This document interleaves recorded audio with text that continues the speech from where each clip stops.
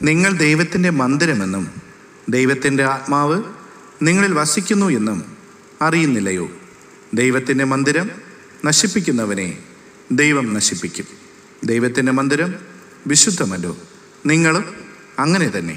കൊരിന്ത്യർക്ക് എഴുതിയ 1-ാം ലേഖനം 3-ാം അധ്യായം 16-17 വാക്യങ്ങൾ. താങ്ങുന്ന ദൈവം കൂടെയുള്ളപ്പോൾ തളരുന്നതെന്തേ കുഞ്ഞേ?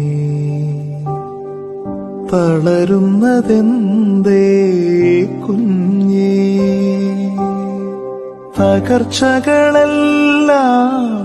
നന്മയായി മാറ്റും തുണയായി നിൽക്കും അനുഗ്രഹമേകും ഇമ്മാനുവേൽ.